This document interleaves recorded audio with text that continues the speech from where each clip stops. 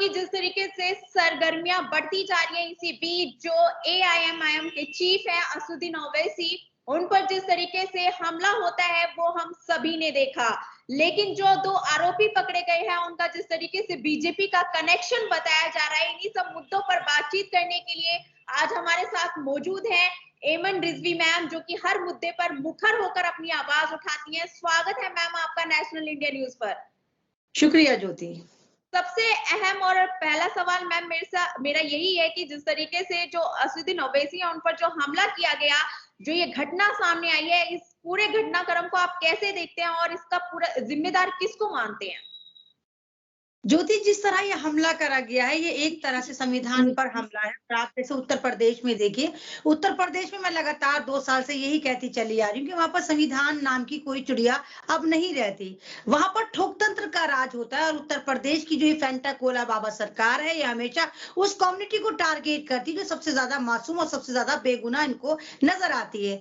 ओवैसी साहब पर हमला इस वाली बात को दर्शाता है कि देखो ये एक खास कम्युनिटी को जो डराना चाहते थे, तो अब ये उनसे इतने डरे हुए हैं क्योंकि इनको पता है उत्तर प्रदेश में इनको अपनी हार साफ नजर आ रही है। आप देखिए गठबंधन की सरकार ने जिस तरह उत्तर प्रदेश में अपना डंका बजा रखा है, तो उससे डरने के लिए इनको जो सबसे इजी चुग्गा नजर आते हैं वो मुसलमान नजर आते हैं। तो ये सोच रहे हैं फिर मुसलमानों को टारगेट करके उत्तर प्रदेश में किसी भी तरह हम हिंदू मुस्लिम करवा दें। और आप देखिए कि शुभम हुआ या सचिन हुआ, ये सीधे के सीधे आपको योगी सरकार के साथ बैठे नजर आते हैं, योगी सरकार के साथ हंसते खेलते घूमते नजर आते हैं। इनके जो सिद्धार्थ नगर के जो यहाँ गुड़गांव के पार्षद बनने के लिए जो खड़े हैं, एमएलए का जो उम्मीदवार है उनके साथ घूमते नजर आते हैं। तो इसका मतलब ये कि आप ये सारा प्री प्लान कर रहे हैं, आप एक खास कम्युनिटी को डराना चाहते हैं, आप वहां पर एक लूट मचाना चाहते हैं। और जबकि सीसीटीवी फुटेज साफ की साफ नजर आ रही है कि किस तरह 2 लोग आते हैं और किस तरह एक गाड़ी को टारगेट करते हैं और पहिए पे गोली है, दरवाजे पे गोली है। मैं ये तो नहीं कह रही कि जानलेवा हमला था या जान से मारने की तैयारी थी, कि अगर जान से मारा जाता तो सीधा गिलास पे हमला करा जाता, नहीं, लेकिन दहशत बिठाने की एक कोशिश थी कि किसी भी तरह इन लोगों को डरा दिया जाए, इसलिए सीधा दरवाजे पर और टायर पे हमला करा गया कि किसी भी तरह मुसलमान जो है वो डर जाएं और डरने के बाद फिर वो सीधे बीजेपी को वोट दें। कहा जा रहा है कि उन्होंने जो कभी पुराना जो बयान था ओवैसी जी का, उसको लेकर उनके अंदर कहीं ना कहीं गुस्सा था, उसी को लेकर उन्होंने इस घटना को अंजाम दिया। और कहा भी जा रहा है कि उनके समर्थन में, उन आरोपियों के समर्थन में अब हिंदू सेना भी उतर आई है। नहीं ज्योति, ये तो खैर इनकी ड्रामेबाजी है कि फलाना बयान था और धमाका बयान था और ये बयान था और इंगरा बयान था और ढींगरा बयान था। ये इनकी खाली एक ड्रामेबाजी है। आप ये देखिए, अगर यही काम कोई मुस्लिम युवक करता है, यही काम कोई दलित युवक करता है, यही काम कोई किसान का बेटा करता है, यही काम कोई सिख बरादरी से करता, ये अब तक पूरी फैमिली को यूएपीए लगा के जेलों में डाल देते। तो ये एक आरएसएस की साजिश है। ये खुद कहते हैं कि भाई किसी को भी मारो, किसी को भी काटो, हम तुम्हारे साथ हैं। आप देखिए लखीमपुर में किस तरह किसानों को बर्बरता से मारा गया था, क्या उस पर कोई एक्शन हुआ? क्या वहां का उत्तर प्रदेश का गृह मंत्री टैनी ने रिजाइन दिया? नहीं दिया। तो ये अपनी हार से डरे हुए। आप एक चीज देखिए ज्योति, उत्तर प्रदेश के इलेक्शन में आपको राम मंदिर का मुद्दा नजर नहीं आएगा। अभी राम मंदिर की बात नहीं करते, अभी कुछ नहीं बात करते। अभी नए नए एजेंडे लेकर आए, हिंदू राष्ट्र बनाएंगे, मथुरा काशी बाकी है, क्योंकि उनको पता है अगर राम का नाम लेंगे, राम मंदिर का नाम लेंगे, तो वहां पर सारे घोटाले निकल कर आएंगे जो इन्होंने एसडीएम ने करे, डीएम ने करे, वहां पर एसडीपी, सब सारे जितने इनके बड़े बड़े ओहदे हैं। आप देखिए कि इन्होंने किस तरह अयोध्या में लूट मार मचाई। 2 रुपए की जमीन इन्होंने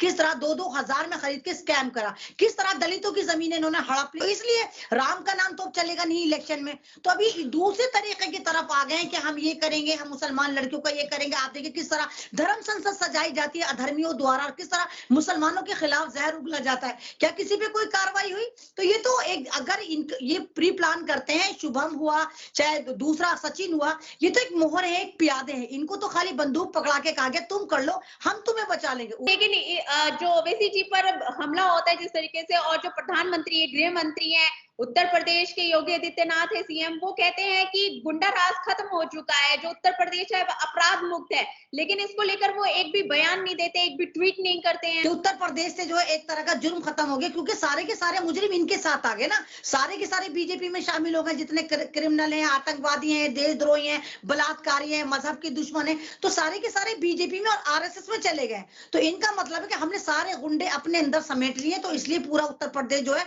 वो गुंडा मुक्त होकर हमारे पास आ गया, हमारे पाले में आ गया। उन्हीं लोगों को, छुटपुटिया गुंडों को ये भेजते रहते हैं, कभी इसको मरवा दिया, कभी पत्रकार को मरवा दिया, कभी रेप करवा दिया।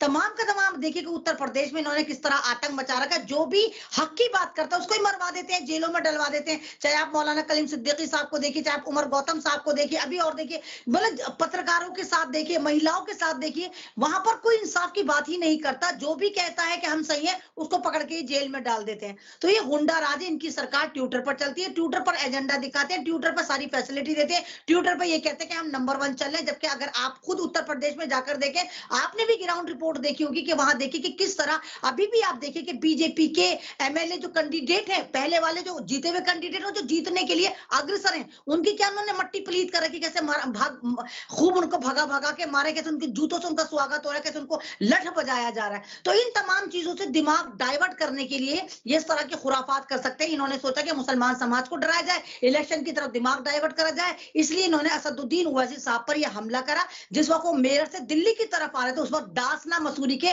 टोल पर यह हमला करा गया, बहुत प्री प्लान करा गया ताकि उनको डरा भी दिया जाए और उनकी जान को भी कोई नुकसान ना हो। आपने उत्तर प्रदेश में बीजेपी का जिक्र किया, लेकिन उत्तर प्रदेश में जहां एक तरफ जो उनके नेता है उनका खदेड़ा किया जा रहा है, तो दूसरी तरफ अगर हम देख ले अखिलेश जैन, प्रियंका गांधी हैं, उनको जिस तरीके का प्यार मिल रहा है, क्या ये ईवीएम में तब्दील होगा प्यार? नहीं, ईवीएम में तो तब्दील होगा और पब्लिक जानती है। और पब्लिक उत्तर प्रदेश की जो जनता है वो अखिलेश से कभी भी नाराज नहीं रही। अखिलेश ने करा है, डेवलपमेंट करा है। और इस बार अखिलेश जी ने अच्छी बात करी कि उन्होंने गठबंधन को चुना।